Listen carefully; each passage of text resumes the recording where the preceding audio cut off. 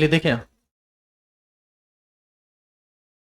Electrochemistry में हमको लगता है 25+ लेक्चर होगा, उससे कम लेक्चर में काम नहीं चलने वाला है। इस चैप्टर में काफ़ी लंबा चैप्टर है और समझने के ख्याल से आज का क्लास बहुत ज़्यादा इंपॉर्टेंट है। इससे ज़्यादा इंपॉर्टेंट कोई क्लास हो ही नहीं सकता है।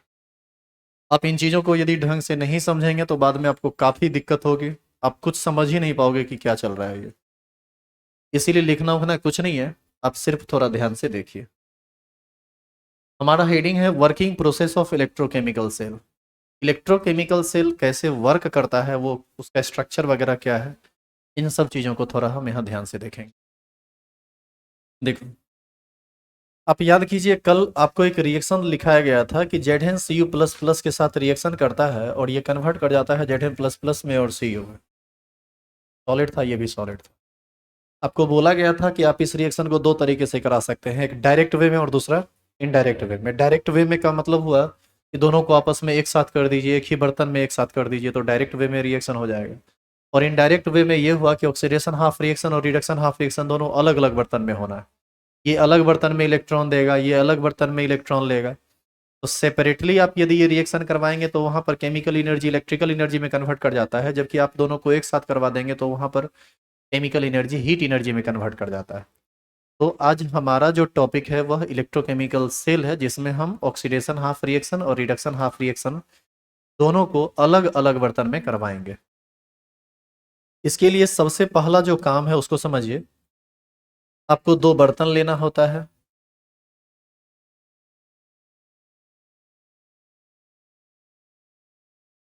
दोनों में पानी भर लीजिए। जरूरी नहीं है समान मात्रा में, थोड़ा बहुत असमान मात्रा भी रहे तो कोई फर्क नहीं पड़ता है। इसमें आप डाल दीजिए ZnSO4, जो कि पानी के अंदर जाके टूट जाएगा Zn++ में और SO4 2- में। इसमें आप डाल दीजिए CuSO4, जो टूट जाएगा Cu++ में और SO4 2- में। इसमें जिंक का आयन है और इसमें कॉपर का आयन है। आप क्या कीजिए, इस रॉड में, सॉरी इस बर्तन में आप जिंक का रॉड डाल दीजिए। तो जिसका आयन है उसका रॉड डालिए। ये कौन सा रॉड है? ये Zn रॉड है। और इस बर्तन में आप डाल दीजिए कॉपर का रॉड। यह है कॉपर रॉड। सबसे पहले आप ये जानिए कि जब आप किसी मेटल रॉड को या किसी एलिमेंट को उसके अपने ही आयन वाले सॉल्यूशन में टच करते हैं, डुबा के रखते हैं, तो इसी व्यवस्था को इलेक्ट्रोड कहा जाता है। ये कहलाएगा जिंक इलेक्ट्रोड और ये कहलाएगा कॉपर इलेक्ट्रोड। कॉपर को यदि कॉपर के आयन में डुबा दिए तो कॉपर इलेक्ट्रोड, जिंक रॉड को यदि जिंक के आयन में डुबा दिए तो जिंक इलेक्ट्रोड। इसीलिए हम इसका नाम एक और रख सकते हैं, यहाँ हम लिख सकते हैं जिंक इलेक्ट्रोड। और यहाँ क्या लिख सकते हैं?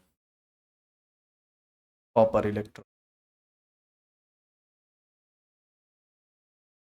अब देखो, अब क्या करना है, एक कंडक्टिंग वायर लीजिए और कंडक्टिंग वायर से इस दोनों को आप जोड़िए। यहाँ पर एक स्विच लगा दो। यहाँ पर एक वोल्ट मीटर लगाना होता है, भी से हम इंडिकेट कर रहे हैं उसको। और ये आगे बढ़ के इसको इससे जोड़ दीजिए। अब ये सर्किट पूरा हुआ। यहाँ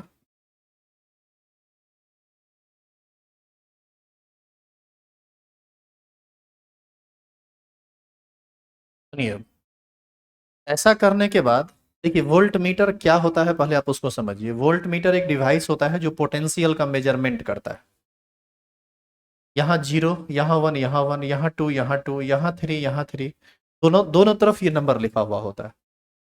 और इलेक्ट्रॉन यदि इधर से निकल के इधर जाएगा तो इस वोल्ट मीटर का एरो इस डायरेक्शन में मुड़ जाएगा, और यदि इलेक्ट्रॉन इधर से निकलकर इधर जाएगा तो ये एरो इस डायरेक्शन में मुड़ जाएगा। और यदि इलेक्ट्रॉन का फ्लो नहीं हो रहा होगा, यानी पोटेंशियल 0 होगा, तो वो बिल्कुल स्ट्रेट ऊपर होगा, परपेंडिकुलर, मतलब 0 पर वो दिख रहा होगा। तो वोल्ट मीटर का जो एरो होता है ना, वो दोनों डायरेक्शन में मूव करता है। और ये दोनों डायरेक्शन, एरो का डायरेक्शन इलेक्ट्रॉन के डायरेक्शन को बताता है कि इलेक्ट्रॉन किधर से निकलकर किधर जा रहा है। अभी यहाँ कुछ नहीं होगा, जैसे ही आप यहाँ पर स्विच ऑन कीजिएगा, जैसे ही आप स्विच ऑन करोगे तो आप देखोगे कि यहाँ पर जो वोल्ट मीटर का एरो है ये इस डायरेक्शन में मुड़ गया है। इस डायरेक्शन में मुड़ने का सीधा सा कारण बस इतना सा है कि इलेक्ट्रॉन इधर से निकला है और उधर गया है। अब ऐसा हुआ क्यों, आप इस बात को समझिए। जेड Cu प्लस प्लस के साथ रिएक्शन करके जेड प्लस प्लस और Cu सॉलिड का निर्माण कर रहा था। आप याद कीजिए, जिंक इलेक्ट्रॉन देकर जेड आयन में कन्वर्ट करता है और Cu प्लस उस इलेक्ट्रॉन को गेन करके कन्वर्ट करता है किस में, Cu सॉलिड में। इसका सीधा मतलब है कि जिंक एटम का टेंडेंसी इलेक्ट्रॉन देने का है और Cu प्लस प्लस का टेंडेंसी इलेक्ट्रॉन लेने का है। जैसे ही स्विच ऑन करते हैं तो यहां पर रिएक्शन के मामले में क्या होता है, आप इस बात को समझिए। आप ये बताइए कि ये जो जिंक का रॉड है तो इसमें ढेर सारा जिंक का एटम होगा। ये जिंक का एटम क्या करता है, ये कन्वर्ट कर जाता है जेड प्लस प्लस में और साथ साथ निकालता है कौन चीज, दो इलेक्ट्रॉन। ये जो दो इलेक्ट्रॉन निकालता है ये इलेक्ट्रॉन इस रॉड पर चढ़ जाता है, क्योंकि इलेक्ट्रॉन फ्री स्टेट में पानी में तो घूमेगा नहीं, वो हमेशा किसी न किसी एटम के प्रभाव में रहेगा या एटम के अराउंड रहेगा। ये इलेक्ट्रॉन चढ़ जाएगा इस रॉड पर तो ये रॉड कैसा चार्ज हो जाता है, निगेटिव। और ये जो जेड प्लस प्लस आयन बना वो इसी पानी में गिर जाता है। आयन का एग्जिस्टेंस हमेशा वाटर में या किसी पोलर सॉल्वेंट में होता है। अब ये दो इलेक्ट्रॉन इधर चढ़ा, इस रॉड से होते हुए वोल्ट मीटर के एरो को घुमाते हुए आगे इस रॉड में आ गया, इस रॉड में इलेक्ट्रॉन पहुंचा हुआ है।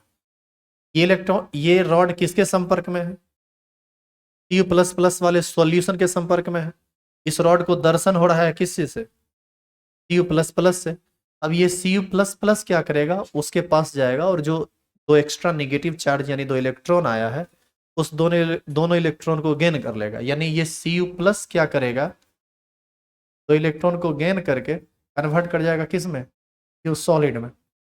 अब आप देखिए यहाँ पर सॉलिड जिंक कन्वर्ट कर रहा है आयन में और यहाँ पर आयन, कॉपर का आयन कन्वर्ट कर रहा है कॉपर सॉलिड में। अब बताइए कि यदि ये रिएक्शन एक बार होता है,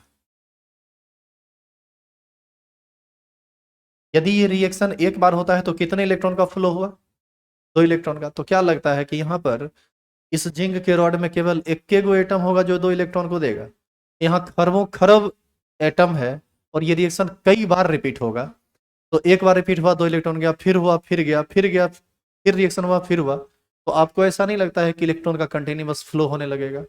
और इलेक्ट्रॉन का कंटिन्यूअस फ्लो यानी चार्ज का कंटिन्यूअस फ्लो, चार्ज का कंटिन्यूअस फ्लो ही क्या कहलाता है, इलेक्ट्रिक करंट। तो आप देखें कि केमिकल रिएक्शन हुआ और यहाँ पर इलेक्ट्रिसिटी जनरेट कर गई। जिस पोटेंशियल से इलेक्ट्रॉन इस डायरेक्शन में भागेगा यहाँ पर वो रीडिंग देता रहेगा। जैसे मान लीजिए कि 2 वोल्ट से निकला है तो वहाँ पर 2 पर जाके कांटा रुका हुआ रहेगा, 1 वोल्ट से आया है तो 1 पर निकला रहेगा, 0.73 पर आया है, जो भी देगा वो डिजिटल मीटर होगा तो डिजिटल वे में देगा, नहीं तो कांटा वाला होगा तो कांटा से देगा। तो दोनों तरह का वोल्ट मीटर आता है। अब आप एक चीज देखिए यहाँ, पहले आप हमको ये बताइए कि जिंक इस बर्तन में था और कॉपर इस बर्तन में था, क्या दोनों को हमने डायरेक्ट टच में लाया, डायरेक्ट टच में नहीं लाए, इनडायरेक्ट वे में टच में लाए। कैसे, एक अलग बर्तन में है दूसरा अलग बर्तन में है, दोनों को हमने कंडक्टिंग वायर से जोड़ दिया। कंडक्टिंग वायर क्या कर गया, मीडियम का काम कर गया, इलेक्ट्रॉन को लाने और ले जाने का काम वो कर रहा है। इस स्थिति में जिंक इलेक्ट्रॉन दे भी दिया और कॉपर इलेक्ट्रॉन ले भी लिया। ऑक्सीडेशन हाफ रिएक्शन भी हो गया, रिडक्शन हाफ रिएक्शन भी हो गया, जबकि दोनों आपस में सटा भी नहीं, दोनों एक दूसरे के डायरेक्ट टच में नहीं आया। इसका मतलब यहाँ पर रेडॉक्स रिएक्शन तो हो रहा है लेकिन ये डायरेक्ट रेडॉक्स रिएक्शन नहीं है। ये कैसा रेडॉक्स रिएक्शन है, इनडायरेक्ट रेडॉक्स रिएक्शन है। अब देखिए, आप ये बताइए कि जिंक का सॉलिड जब जिंक का आयन बना रहा होगा तो आपको ऐसा नहीं लगता है कि इस रॉड का जो वेट है वो थोड़ा घट रहा होगा टाइम के साथ। आपको ऐसा नहीं लगता है कि ये गल रहा होगा, चूंकि एक एटम दो इलेक्ट्रॉन को निकाल के आयन बनाया तो आयन आ गया पानी में, तो रॉड को तो एक एटम का नुकसान हो गया ना।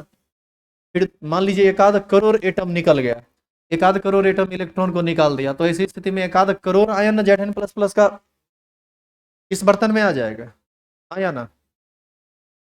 अब इस बर्तन में यदि हम चार्ज की बात करें, थोड़ा उसको समझिएगा। इस बर्तन में यदि हम चार्ज की बात करें तो शुरू शुरू में जितना जेड प्लस प्लस आयन होगा उतना ही SO4 माइनस माइनस आयन होगा, दोनों आयन की संख्या शुरू में समान होगी। लेकिन जब ये रिएक्शन होने लगा होगा तो हर एक रिएक्शन के बाद एक जेड प्लस प्लस आयन की संख्या इस बर्तन में बढ़ रही होगी। अब आप बताइए कि यहाँ पर चार्ज अनबैलेंस हो रहा होगा या नहीं। चार्ज यहाँ पर अनबैलेंस हो रहा होगा। अनबैलेंस इसलिए हो रहा होगा क्योंकि Zn प्लस प्लस आयन इसमें गिर रहा है और इलेक्ट्रॉन आगे भाग जा रहा है। नेगेटिव चार्ज ही ना उसको बैलेंस करता, तो इलेक्ट्रॉन तो भाग गया तो पॉजिटिव चार्ज ज़्यादा हो गया। धीरे धीरे क्या होता है, इस बर्तन में, इस सॉल्यूशन में Zn प्लस प्लस आयन की संख्या बहुत ज़्यादा बढ़ जाती है। अब थोड़ा इधर भी विचार करते हैं। पहले Cu प्लस प्लस और SO4 माइनस माइनस की संख्या बराबर थी, लेकिन हर एक रिएक्शन के बाद एक Cu प्लस प्लस निकल के सॉलिड बन के बैठ गया, वहाँ न्यूट्रल हो गया। तो आपको ऐसा नहीं लगता है कि SO4 माइनस माइनस जितना था उतने रह गया और Cu प्लस प्लस की संख्या घट गई, तो निगेटिव चार्ज और पॉजिटिव चार्ज अनबैलेंस हुआ, पॉजिटिव चार्ज कम पड़ गया और नेगेटिव चार्ज ज़्यादा हो गया। ऐसी स्थिति में क्या होता है, कुछ टाइम के बाद यहाँ और यहाँ जो केमिकल रिएक्शन हो रहा है, एक इलेक्ट्रॉन देने वाला प्रोसेस और एक इलेक्ट्रॉन लेने वाला प्रोसेस, इसमें कुछ दिक्कत आने लगता है। दिक्कत क्या आने लगता है, अब बताइए। एक रिएक्शन होगा तो Zn प्लस प्लस बर्तन में गिरेगा ना। बर्तन में पहले से पॉजिटिव डेंसिटी ज़्यादा हो गया है, तो पॉजिटिव डेंसिटी यदि पहले से ज़्यादा हो गया है, ऊपर से फिर रिएक्शन होगा तो पॉजिटिव चीज आएगा। तो बताइए अंदर का आयन इस Zn प्लस प्लस को आने देगा आराम से? वो कहेगा बेटा जहाँ है वहीं रहो। अंदर में ऐसे ही पॉजिटिव चार्ज की संख्या बहुत ज़्यादा है, तो नेचुरल है रिपल्सन होगा, पॉजिटिव पॉजिटिव चार्ज में रिपल्सन होता है। तो आप बताइए कि जिस फ्लो में पहले इलेक्ट्रॉन ये दे रहा था, या जो टेंडेंसी पहले जिंक के इलेक्ट्रॉन देने की थी, क्या वो टेंडेंसी रह जाएगी, घटेगी या नहीं? इधर आइए। Cu प्लस प्लस यहाँ से निकल निकल के रॉड पर जाके चढ़ रहा है, SO4 माइनस माइनस बेचारा मुंह देख रहा है कि हमारा माइनस को बैलेंस कौन करेगा। कुछ टाइम के बाद ये माइनस भी कहेगा Cu प्लस प्लस को, कान पकड़ के चला कहाँ, तो अपना चार्ज अनबैलेंस हो रहा है, तो भाग कहाँ रहा है? क्यों? क्योंकि निगेटिव डेंसिटी वहाँ बढ़ रही है। नेगेटिव चार्ज को बैलेंस करने के लिए कोई तो पॉजिटिव चार्ज चाहिए। तो इधर जो है Zn प्लस प्लस आयन को गिरने नहीं दे रहा है, इधर SO4 2 minus Cu plus plus को रॉड पर जाने नहीं दे रहा है। ऐसी स्थिति में दोनों रिएक्शन में प्रॉब्लम आ रही है और यहाँ पर दिक्कत आ गया। जिस फ्लो में इलेक्ट्रॉन पास कर रहा था उधर से इधर, अब वो फ्लो नहीं रहेगा, तो बताइए ऑटोमेटिक है इसका पोटेंशियल डाउन होगा। जितना तेजी में इलेक्ट्रॉन का फ्लो होगा पोटेंशियल उतना ज़्यादा है, जितना धीरे धीरे रिएक्शन होगा उतना कम फ्लो होगा इलेक्ट्रॉन का, तो पोटेंशियल कम हो जाएगा। धीरे धीरे ये सेल डेड हो जाएगा। चलिए इधर देखिए, लोग नीचे देख रहे हैं, बाद में पूछेंगे फिर बताइएगा नहीं, हौकेंगे। यदि इस सब पर क्वेश्चन नहीं रुकेगा ना तो पीट देंगे सीधे आगे जाके। देखो, तो ऐसी स्थिति में कुछ टाइम के बाद क्या होता है कि ये रुक जाता है, का पूरा प्रोसेस ही ब्लॉक हो जाता है और ये पोटेंशियल जीरो हो जाता है। क्यों? क्योंकि दोनों हाफ सेल में ये जो चार्ज है ये अनबैलेंस हो गया है, ये इलेक्ट्रिकली न्यूट्रल नहीं रह पाया। इसमें पॉजिटिव डेंसिटी बढ़ गई और इसमें निगेटिव डेंसिटी बढ़ गई। इसको मेंटेन करने के लिए क्या किया जाता है, इसमें एक छोटा सा डिवाइस लगाया जाता है। ये डिवाइस पाइप नुमा चीज होता है कुछ इस तरह का।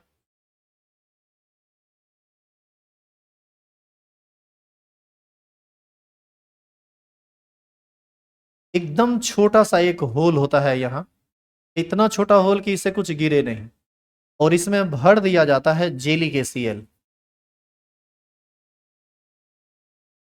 चिपचिपा टाइप का KCl इसमें भर दिया जाता है। KCl टूटता है K प्लस में और Cl माइनस में।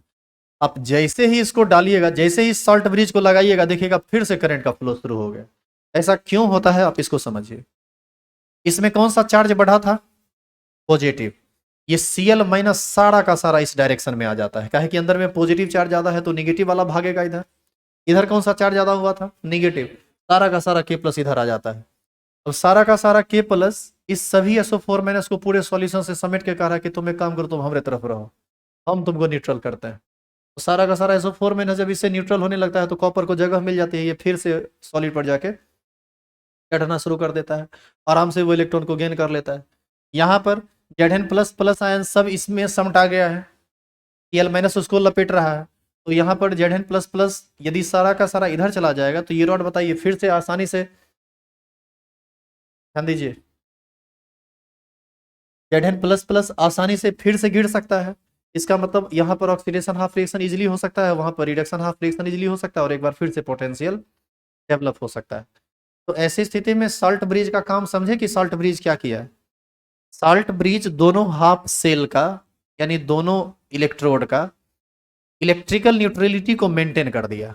जहां पर पॉजिटिव चार्ज हावी होता है, एक तरफ निगेटिव चार्ज हावी हो रहा था, दोनों को मेंटेन करके हमारे सेल का एज को थोड़ा सा बढ़ा दिया। लेकिन इसका ये मतलब नहीं है कि अब ये सातों जन्म तक इलेक्ट्रॉन देता रहेगा और ये इलेक्ट्रॉन लेता रहेगा। फिर भी इसकी अपनी एक सीमा होगी जहां पर जाके ये सेल डेड हो जाएगा। मान लीजिए पूरा का पूरा रॉड खत्म हो गया, तो कहां से, जब एटम ही नहीं है तो इलेक्ट्रॉन देगा कौन? आ रही है बात समझ में? अब चूंकि ये इलेक्ट्रॉन इस पर चढ़ा था, इस ये निगेटिव इलेक्ट्रोड हो गया, और ये इलेक्ट्रॉन लिया, तो इसको क्या बोलेंगे? Positive electrode. तो निश्चित रूप से हम कह सकते हैं कि एक रॉड निगेटिव होगा, दूसरा रॉड पॉजिटिव होगा। अब आगे की बात सुनिए। यहां पर जो केमिकल रिएक्शन हो रहा है वो क्या हो रहा है? जेड सॉलिड कन्वर्ट कर रहा है किस में? जेड प्लस प्लस में और 2 इलेक्ट्रॉन में। आप ये बताइए कि ये कौन सा रिएक्शन है? Oxidation of reaction. और यहां पर कौन सा रिएक्शन हो रहा है? Q2 प्लस 2 इलेक्ट्रॉन को गेन करके कन्वर्ट कर रहा है CO सॉलिड में। ये कौन सा रिएक्शन है? Reduction of reaction. आप सब दो वर्ड जरूर सुने होंगे नाम, एक एनोड और दूसरा कैथोड। एनोड और कैथोड ये वर्ड सुनने में आया होगा। अब जानिए इसका कंसेप्ट क्या है। वह सभी इलेक्ट्रोड एनोड कहलाता है जिस पर ऑक्सीडेशन हाफ रिएक्शन होता है, और वह इलेक्ट्रोड कैथोड कहलाता है जिस पर रिडक्शन हाफ रिएक्शन होता है। मतलब जिस इलेक्ट्रोड पर ऑक्सीडेशन हुआ वही इलेक्ट्रोड कहलाएगा एनोड, और जिस पर रिडक्शन हाफ रिएक्शन हुआ वही इलेक्ट्रोड कहलाएगा कैथोड। तो जरा बताइए कि यहाँ पर जिंक इलेक्ट्रोड क्या कहलाएगा, एनोड या कैथोड? ये कहलाएगा एनोड। तो हम निश्चित रूप से यहाँ लिख सकते हैं कि क्योंकि यहाँ ऑक्सीडेशन हाफ रिएक्शन है, इसीलिए हम इसको लिख सकते हैं ये क्या है? एनोड। अच्छा, और करके हम इसी को यदि निगेटिव इलेक्ट्रोड लिखें तो चलेगा, क्योंकि चार्ज कैसा आया है इस पर? निगेटिव। तो इसी को हम चाहें तो कह सकते हैं निगेटिव इलेक्ट्रोड। और सुनिए, निगेटिव इलेक्ट्रोड कहें या एनोड कहें, या इसी को कहा जाता है oxidation half cell. Oxidation half cell. काहे इसको हाफ सेल कहा गया ये समझिए। इलेक्ट्रॉन का देना या इलेक्ट्रॉन का लेना ये दोनों अधूरा बात, पूरा बात क्या है? लेन देन दोनों हो। अब बताइए कि ये दे रहा है और ये ले रहा है, तो ये दोनों मिल के ना फुल सेल का निर्माण किया है। तो ये दोनों मिलके जब फुल सेल का निर्माण किया तो आधा आधी पर से एक तरफ एक हाफ हो जाएगा, दूसरी तरफ दूसरा हाफ हो जाएगा। एक हो जाएगा ऑक्सीडेशन हाफ, दूसरा हो जाएगा रिडक्शन हाफ। इसीलिए इस सेल को यदि हम दो भागों में बांट दें तो एक को कहा जाएगा ऑक्सीडेशन हाफ सेल और एक को कहा जाएगा रिडक्शन हाफ सेल। तो इलेक्ट्रोकेमिकल सेल में एनोड को ही हम कहते हैं ऑक्सीडेशन हाफ सेल। हालांकि इलेक्ट्रोलाइटिक सेल आप पढ़िएगा तो वहां उल्टा हो जाता है, तो वो सब कंफ्यूजन अभी नहीं लाना है, जो भी बता रहे हैं आप उस पर ध्यान दीजिए। बताइए तो इसको क्या कहेंगे? इसको हम लोग कह सकते हैं कैथोड, और इसी को क्या कह सकते हैं? Positive electrode. या इसी को एक और नाम क्या दे सकते हैं बताइए? इसी को हम लोग कह सकते हैं, और ध्यान से सुनिए, खड़ा करके अब पूछेंगे कुछ आदमी से हम, कुछ लोगों पर हमारी पैनी निगाह है जो एकदम ध्यान नहीं दे रहे हैं। खड़ा करेंगे, क्वेश्चन करेंगे अब, निश्चिंत होके बैठते हैं। तो उसको कहा गया कैथोड या पॉजिटिव इलेक्ट्रोड या रिडक्शन हाफ। तो एनोड किसको कहेंगे? That electrode where oxidation half reaction occurs is called anode. और रिडक्शन हाफ रिएक्शन होगा तो फिर क्या कहेंगे? कैथोड। अब आप एक और बात बताइए कि बिफोर रिएक्शन और आफ्टर रिएक्शन रॉड के वेट में और आयन के कंसंट्रेशन में कुछ बदलाव भी आएगा, या जो पहले था वही रह जाएगा?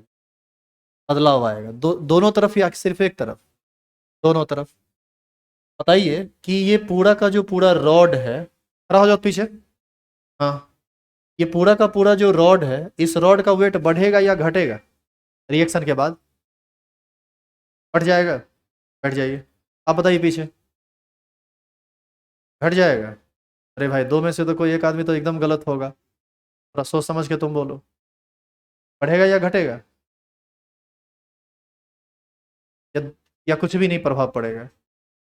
जल्दी बताइए, टाइम कम है। घटेगा। रेडी। आप बताइए तो रॉड का वेट क्या होगा, बढ़ेगा या घटेगा? हाँ आप रेड आपके बगल में। हाँ खड़ा हो जाइए। घटेगा। क्यों?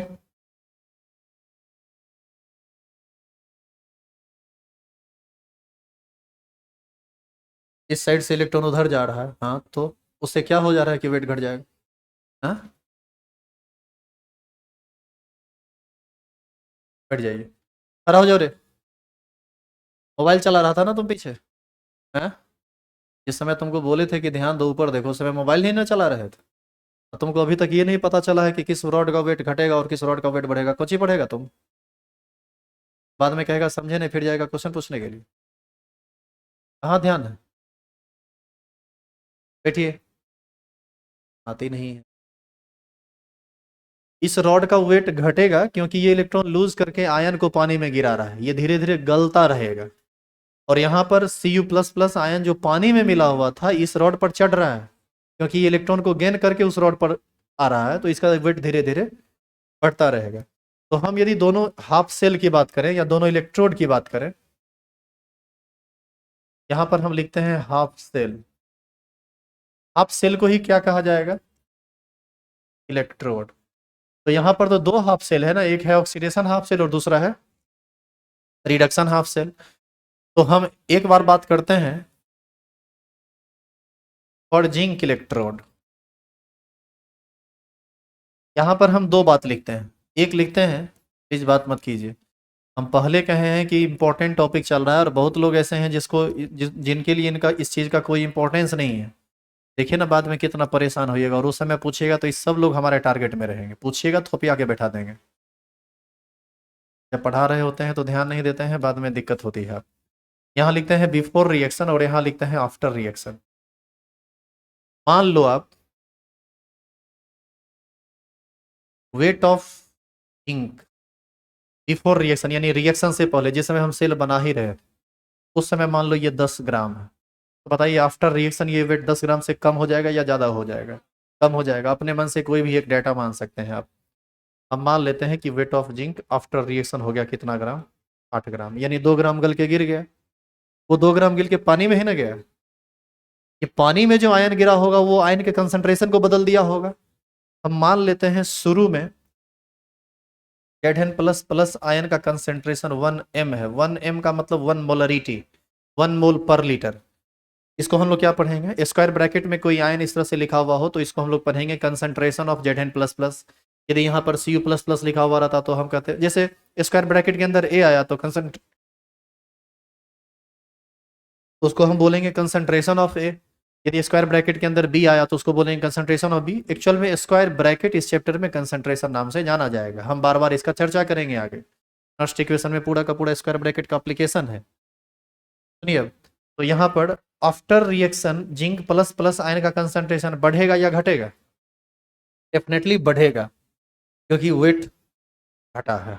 वेट घट के ही ना पानी को कंसंट्रेशन को बढ़ाया होगा। तो हम मान लेते हैं कि ये 1.2 m हो गया। आई बात समझ में यहाँ तक? ये सब हुआ इसलिए क्योंकि जेडन जो था ये सॉलिड था और ये कन्वर्ट किया Zn++ में 2 इलेक्ट्रॉन को निकाल के। ये कैसा रिएक्शन है? Oxidation half reaction. जहां पर ऑक्सीडेशन हाफ हो उसी को हम लोग क्या कहते हैं? एनोड। या इसी को क्या कहते हैं? Negative electrode. या इसी को क्या कहते हैं? Oxidation half. क्या कोई दिक्कत है इसमें? अब हम बात करते हैं for copper electrode. Copper electrode में भी हम दो बात करेंगे, एक करेंगे बिफोर रिएक्शन और एक लिखेंगे आफ्टर रिएक्शन। फिर से हम मान लेते हैं कि शुरू में वेट ऑफ कॉपर हम 10 ग्राम लिए थे, ऐसा हम मान लेते हैं। बताइए after reaction weight of copper बढ़ेगा या घटेगा? हो सकता है कि ये बढ़ के 12 ग्राम हो गया हो, ये तो तय है कि बढ़ेगा। कंसंट्रेशन ऑफ कॉपर आयन ये शुरू में मान लीजिए 1 m था, तो ये क्या होगा? ये वेट बढ़ा ही होगा उसी आयन से जो पानी से निकल निकल के उसमें सटा होगा, तो ये डेफिनेटली क्या हुआ होगा? हटेगा तो मान लेते हैं ये 0.5 m हो गया, यानी पहले था 1 मोल पर लीटर, अब हो गया 0.5 मोल पर लीटर। आप एक बात बताइए, दोनों सॉल्यूशन के केटायन के कंसंट्रेशन में परिवर्तन जरूर होगा, लेकिन बताइए एनायन के कंसंट्रेशन यानी कंसंट्रेशन ऑफ SO4 2 माइनस, इसके कंसंट्रेशन में कोई परिवर्तन होगा क्या? उसका कोई काम ही नहीं है। अच्छा ये बताइए कि यदि जब उसका कोई काम ही नहीं है तो फिर वो कर क्या रहा है, वो आया क्यों? आया इसलिए क्योंकि हमको Zn++ की जरूरत थी, और Zn++ आप प्योर Zn++ आप नहीं डाल सकते, वो जब भी आएगा तो कंपाउंड से ना आएगा। तो ZnSO4 हम डाले तो वो टूट के दे दिया Zn++, और SO4 माइनस माइनस Zn++ अपना काम कर गया। SO4 माइनस माइनस मोबाइल है, मतलब घूम रहा है उस सॉल्यूशन में, वो बस इलेक्ट्रिकल न्यूट्रलिटी को मेंटेन कर रहा है या गड़बड़ कर रहा है। यदि कोई ऐसा व्यवस्था होता कि हम सिर्फ Zn++ डालते तो ये और अच्छा सेल बनता, लेकिन ऐसा करना कभी भी पॉसिबल नहीं है। तो ये जो हुआ है वेट और कंसंट्रेशन में परिवर्तन, ये इसीलिए हुआ है कि Cu++ 2 इलेक्ट्रॉन को गेन किया है और कन्वर्ट किया है Cu सॉलिड में। ये कौन सा हाफ रिएक्शन है? यह है रिडक्शन हाफ रिएक्शन, इसीलिए इसको हम लोग क्या बोलेंगे, कैथोड। और करके इसको क्या बोलेंगे, पॉजिटिव इलेक्ट्रोड, या इसी को और करके क्या बोलेंगे, रिडक्शन ऑफ। यहां से आपको यदि कोई एनोड का डेफिनेशन पूछे क्या बताएंगे? What do you mean by anode? That electrode where oxidation of reaction occurs is called anode. और इसी तरीके से यदि आपको कैथोड का डेफिनेशन पूछे तो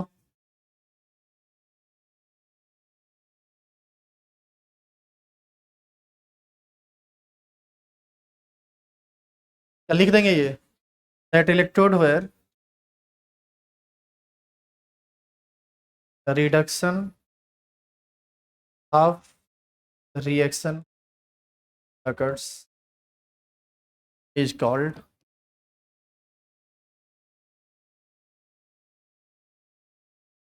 आई बात समझ में? तो यही पूरा का पूरा वर्किंग प्रोसेस है किसका, इलेक्ट्रोकेमिकल सेल का।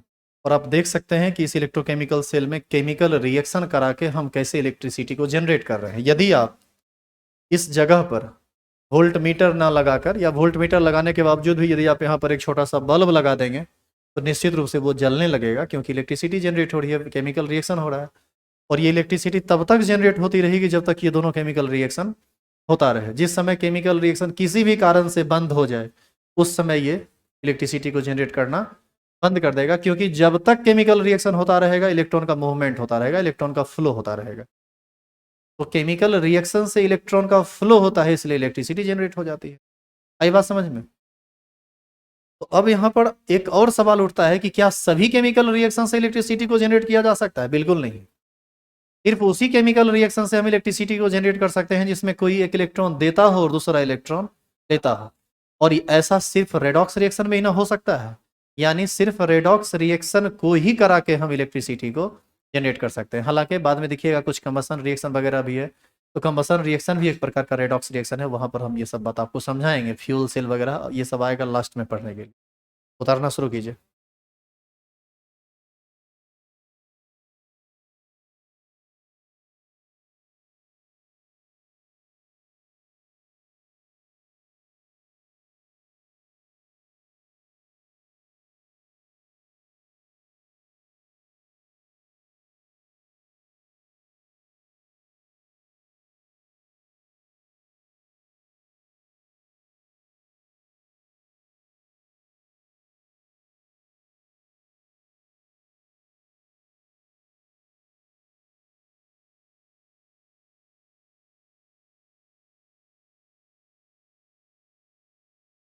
अच्छा यहाँ से यदि आपसे ये क्या है, इसको बोलते क्या है इस पाइप को? इसको बोलते हैं सॉल्ट ब्रिज।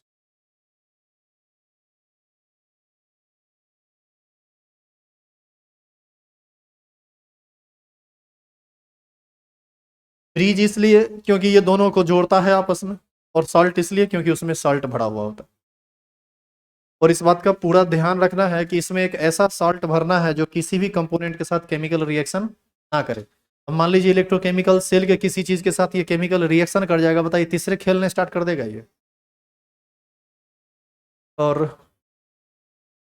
अच्छा बताइए सॉल्ट ब्रिज क्या है, यदि आपसे कोई पूछे कि what is salt bridge and what are its uses, क्या है बताइए। Salt bridge is a device in electrochemical cell which maintain the electrical neutrality of both the half cell. It means oxidation half cell and reduction half cell. क्या clear है ये? देखेंगे इसको, जितना तेजी में हो आप इसको उतार लीजिए, बाकी लिखाने वाला काम कल होगा, सॉल्ट ब्रिज क्या है या इसमें।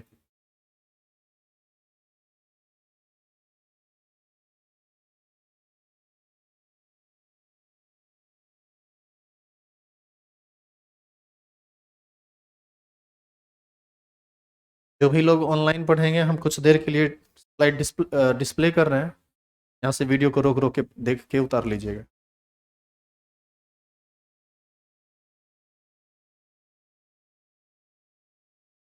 बस यहीं पर लास्ट है, इससे आगे का क्लास कल होगा।